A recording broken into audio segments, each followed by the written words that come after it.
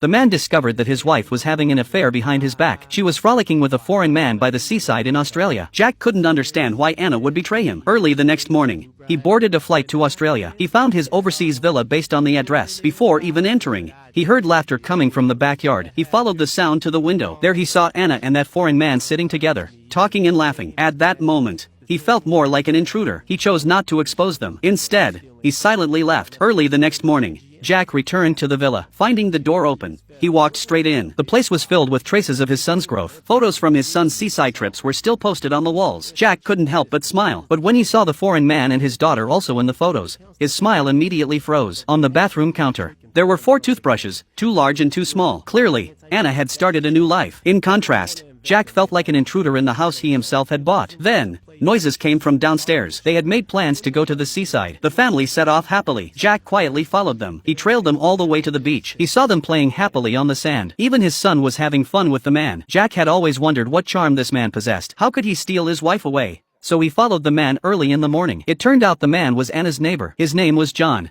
and he was just an ordinary railway worker. His financial situation was also quite strained. He was even a married man. John's wife had been paralyzed for many years and was confined to a hospital bed. After John left, Jack entered the hospital room and told the critically ill woman that her husband was having an affair. Unexpectedly, the woman in the sickbed already knew. Moreover, she was happy that her husband had met someone new. Because she had been paralyzed for 6 years with little hope of recovery, her husband not only had to raise their daughter, but also pay her high medical bills. She felt deeply guilty, so she sincerely wished them happiness. These words made Jack question whether he was hindering Anna's happiness, but he still couldn't quite accept it. The next day, Jack went to the villa again. He found the door wide open. Tables and chairs were overturned everywhere. Sensing something was wrong, Jack immediately rushed out. From an elderly female neighbor, he learned that John had rushed a suddenly ill child to the hospital. When Jack arrived at the hospital, he saw John, gasping for breath, having even lost his shoes while running. At that moment, Jack finally understood why Anna had chosen this man. Perhaps sometimes companionship is more important than material things. Now that he had evidence of Anna's infidelity, he did not step forward. After John left, Jack slipped into the bedroom and watched Anna, fast asleep after exercise. He suddenly felt the urge to strangle her, but he restrained himself and did not act on it. Documents on the windowsill were blown scattered by the wind. Only then did Jack notice that on Anna's immigration application, the spouse column still had his name written in it. It turned out she had always been hoping for the family to be reunited. As Jack was leaving, he passed by the window, but to his surprise,